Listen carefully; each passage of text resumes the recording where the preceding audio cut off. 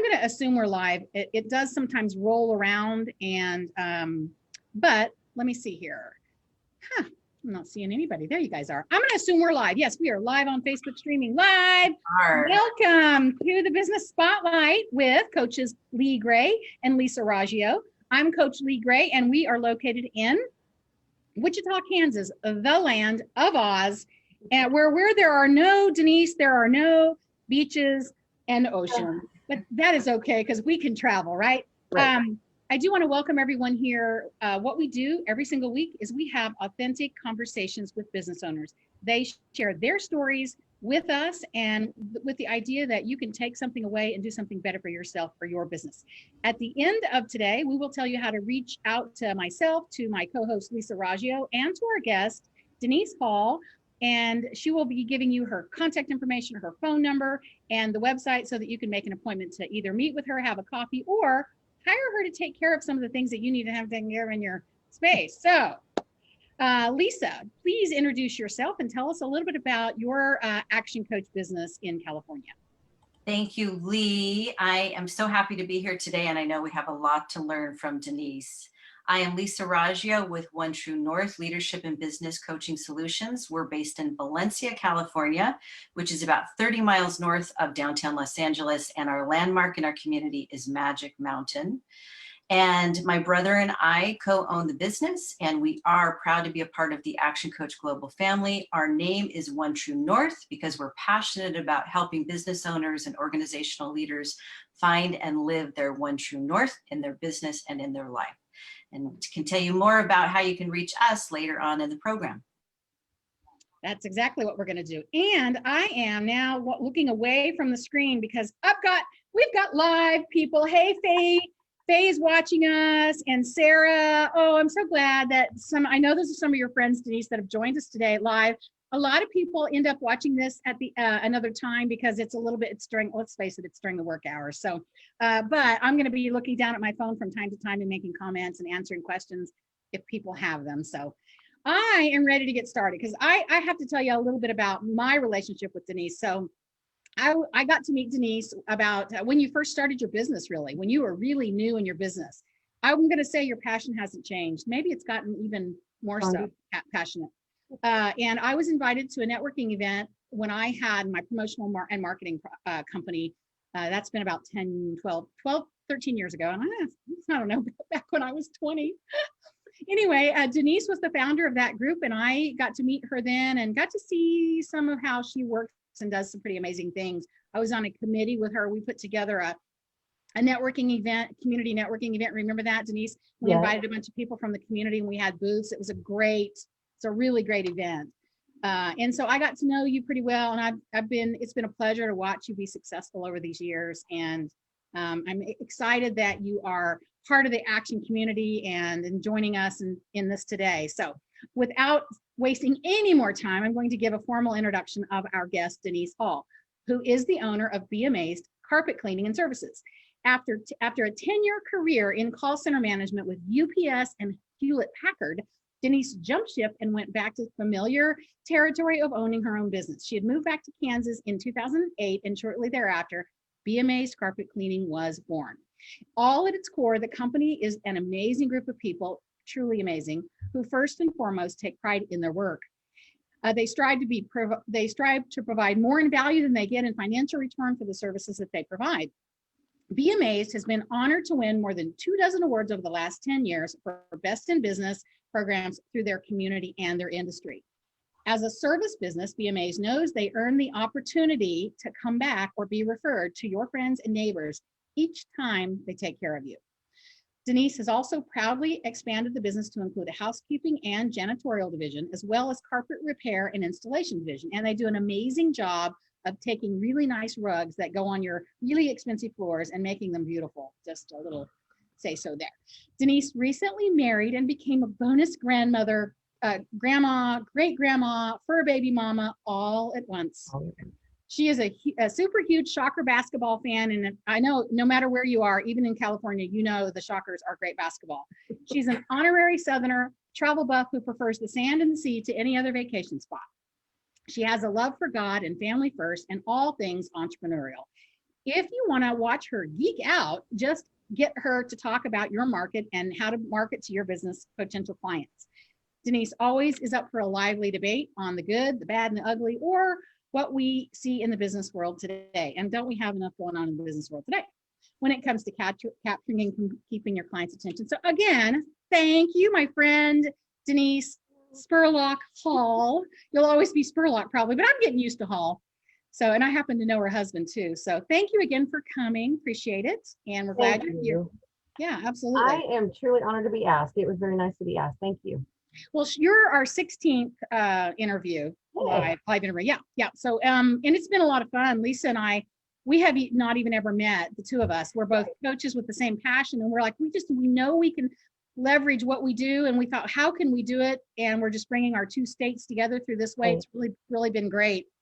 So I think we know a little bit about your business and your background now from the bio that you gave me, and I appreciate that. Would you tell us then what your ideal client look like? You offer a number of services, so your ideal client, you probably have a pretty good idea of what do they look like and who's your target market? Sure.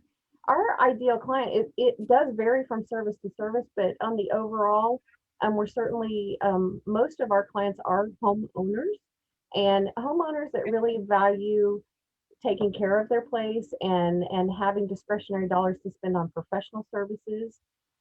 So we really, I don't say there's a target market price wise on a home, but it's the attitude of the homeowner who really values having a professional service. So we tend to see most of our homeowners be from the age of 32 to about 60. So it is widely varied. Yeah. And then, of course, that varies even more when you're talking about housekeeping and carpet installation versus just cleaning a couch, a chair, or a rug. So, but target market really is, it's usually the female homeowner or the female married homeowner who makes the decision. Well, that makes sense to me. So tell us, I know that you have an amazing website. I think Lisa was going to ask you some questions about that, but what are the exact services that you offer then? So you offer carpet cleaning. Right, about 3 divisions. So in the cleaning side, we take care of your carpets, your furniture. We do a lot of air duct cleaning, and that's become even more important with the COVID-19 concerns. Air and dryer vents. And then we take care of your area rug cleaning. We do a specialty area rug cleaning in our warehouse. We don't clean them at the customer's home. Nobody should ever be asked to clean a rug at your home. And then we have our second division, which started several years later, and that's the housekeeping and janitorial side. So we have this wonderful, amazing ladies and also a husband and wife team, and they take care of those housekeepings, whether it's every week or every few weeks at your home. And then we also have some nighttime janitorial at a few places that we take care of.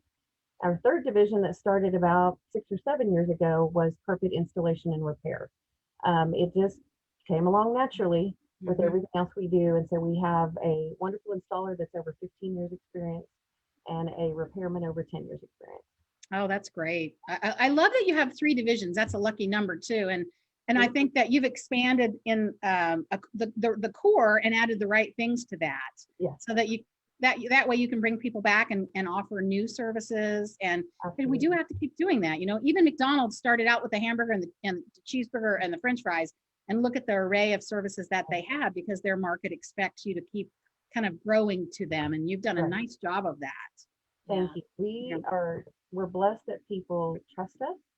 And we hear a lot that, you know, if they're going to do a combo of a couple things, even somebody that's meeting us for the first time will remark, oh, I see you do this plus this, so I don't have to hire somebody else. So we really feel like we have to live up to that trust level even more, because that's a first time customer who's never had us there, and they're going to have 2 or 3 things done. And so we definitely have to live up to that reputation. Yeah, well, you're doing a good job. Thank you. Yeah, and you said trust a few times, which is so critical, not only to your customer, but first and foremost to your teamship, right? And your team members, and building that trust.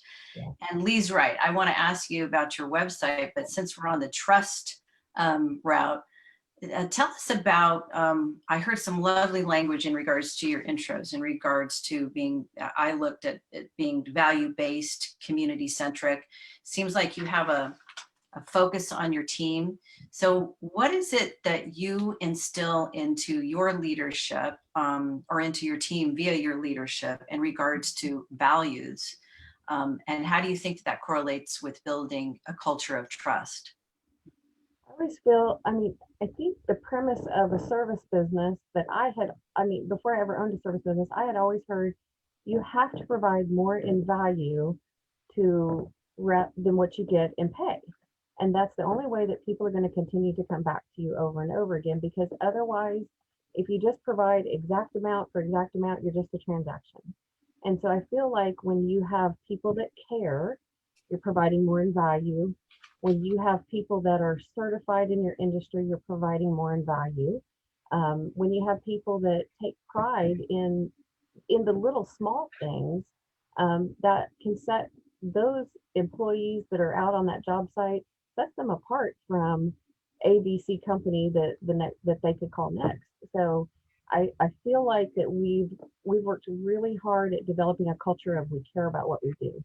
And so same thing, we care about each other. We are our own little family. So, you have to have that every day.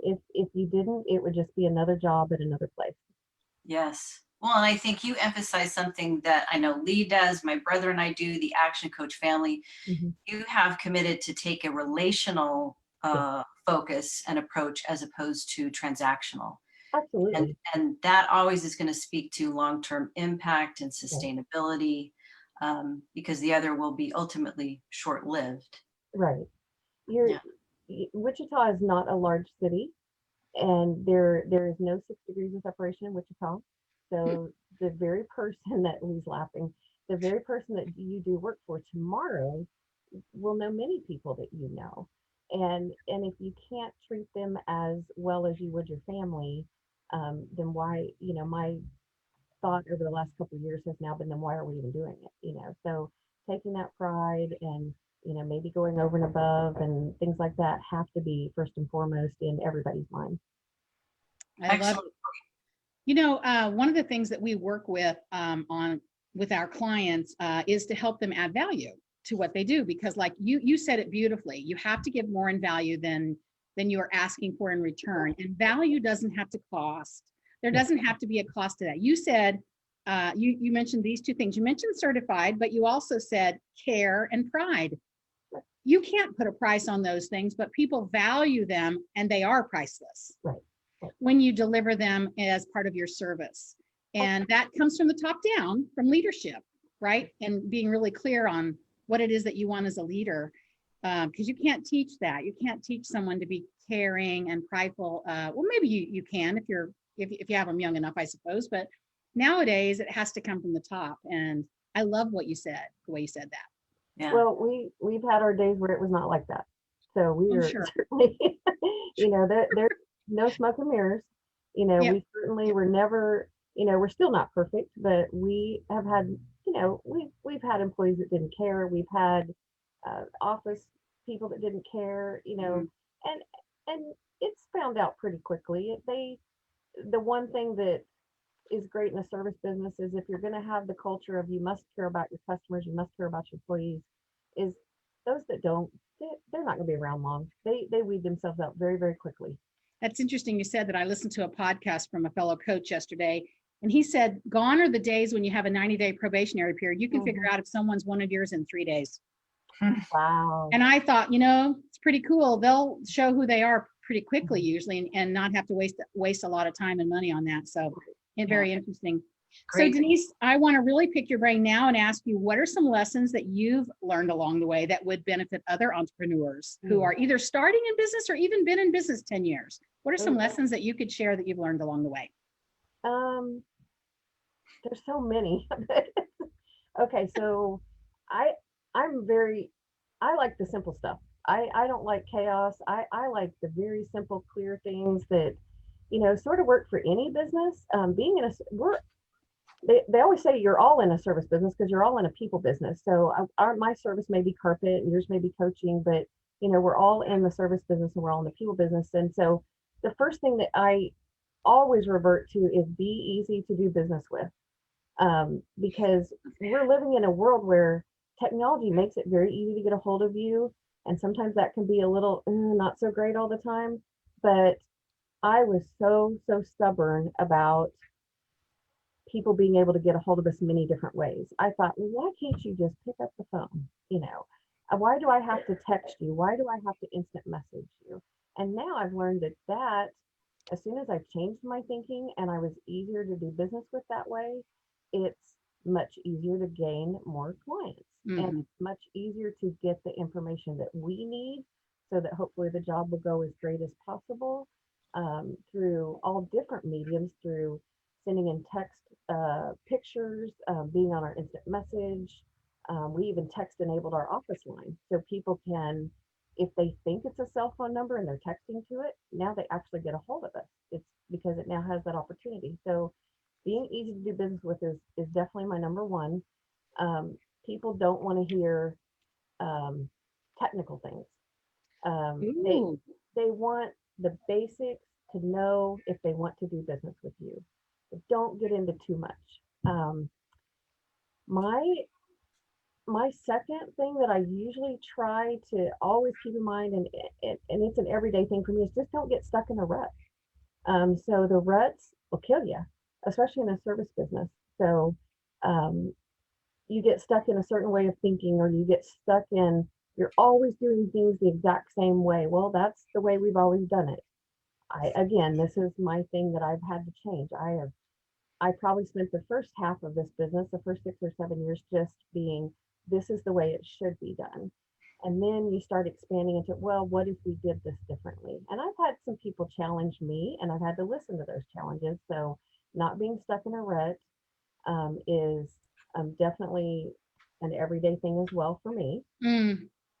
I had a lady that I was talking to the other day, just networking, and she said, yeah, I've got this business and this is what it is. And so I asked her, I said, well, how long have you been doing it? Because her comment was, I don't know if it's going to be a go or not. I said, well, how long have you been doing it? She said, 1.5 years. And I said,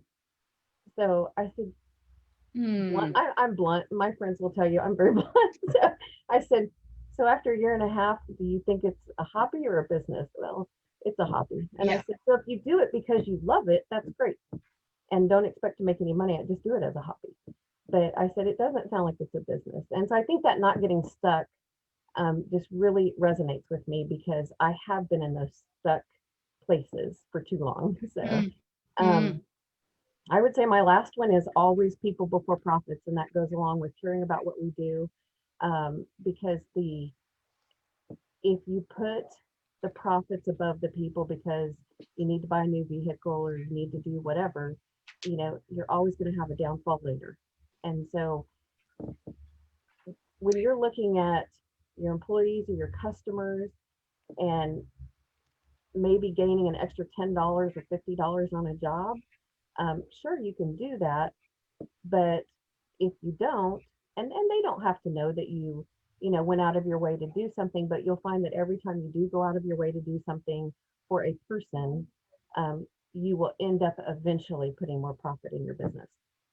I love that. And you know what I hear you saying too, Denise, is everything you said. Don't give me the technical jargon, people before profit, blah, blah, blah, not blah, blah, blah. All of those things are still being easy to work with, which was your number one. And I love that, because yeah, if you're easy to work with, you don't need to share the jargon, because that's trying to make you look like something you're not or whatever. So that is obvious. I love it. Yeah. And Denise, with your number one tip, be easy to do business with. I think what struck me when I logged on to your website immediately, and this is really for business owners out there, take a tip and look at Denise's homepage when you first log on. You've created basically a template that other business owners could use, because the first thing people see are testimonials, real people talking about real results. And then you make it clear what your guarantee is right away. Up front, what is your guarantee? Then you talk about briefly your unique selling proposition. Your USPs are right there. And then last but not least, you have a clear call to action and for them to easily engage with you. So when you look at that, I thought, my goodness, she has done an excellent job of making it easy for people to find out who she is, what she does, how she serves, and how to get a hold of her.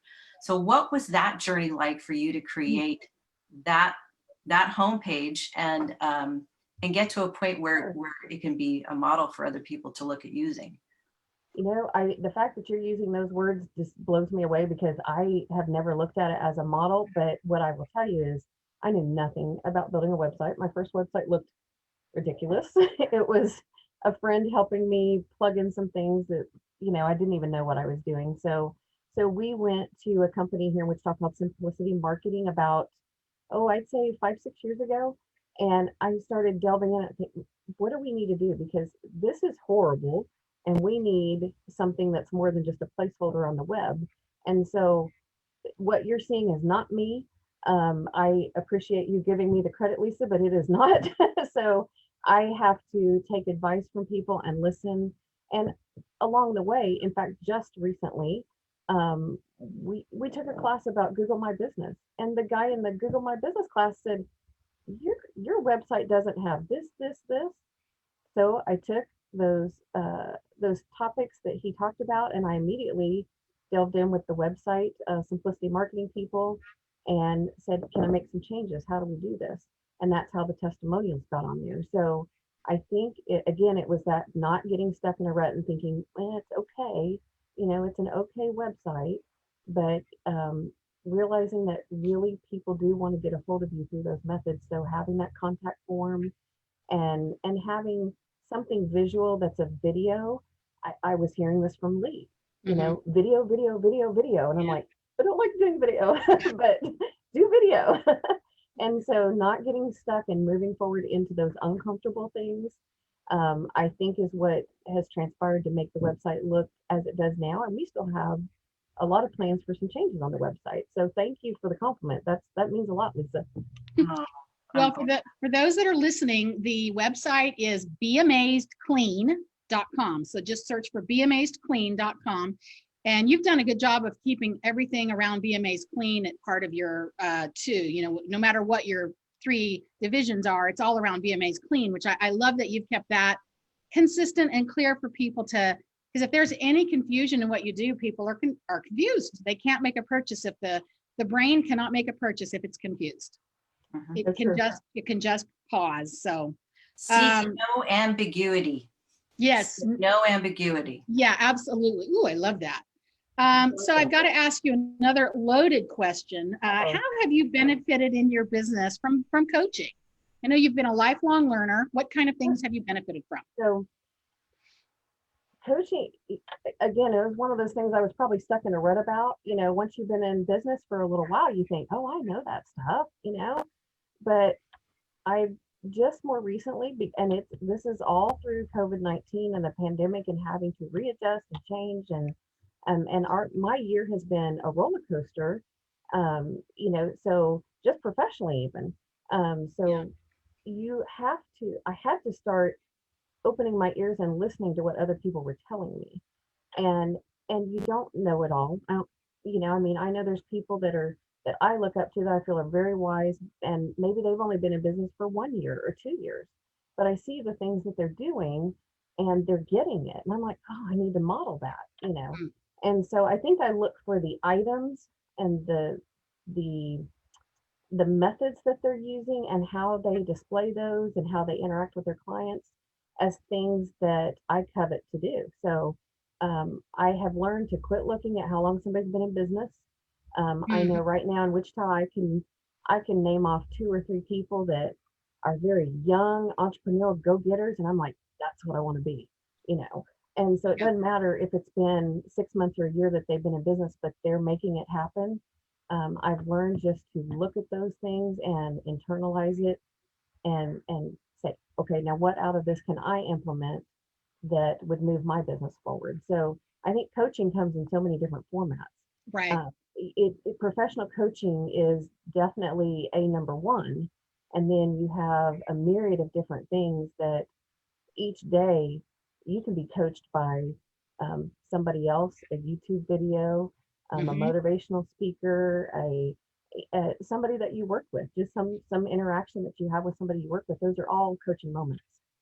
Yeah, I love that, coaching moments. And also not just learning, but taking action. Yeah. Because learning without action is the same as not knowing. Right. You know, Yeah. I think that's one of Sugar's quotes that he says. So Yeah, and I'm reminded of another opportunity that we came up with on the fly last week with our guest. You gotta let go of the I know if you want to grow. yeah. I like that. Just truth. Love that. Let go of the I know if you want to grow. Yeah. I love that. Yeah, and it's good for husbands too. And I saw Randy popped on the so he's watching us today. So hi, Randy. We're getting close to time, and I want to make sure we're ending on time. So let me ask you the last question. What's your favorite book, or what book would you recommend?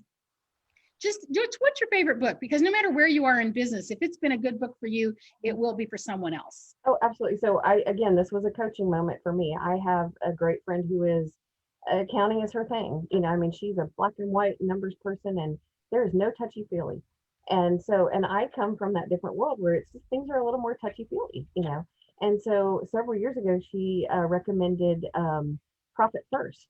And I don't even know, I can't remember if I can say the last name right. Michalowicz. Yeah, Michael Michalowicz, thank you. Yeah. So, so Profit First goes all about, so is your sales minus your expenses, that's your profit. So that's what most people believe in this world. And Profit First kind of flips it on its head and makes you really dig down into, okay, your profit is not your sales minus your expenses. So I'll leave it at that because you'll need to read the book. So maybe I'll get a little something off all those books sold, right?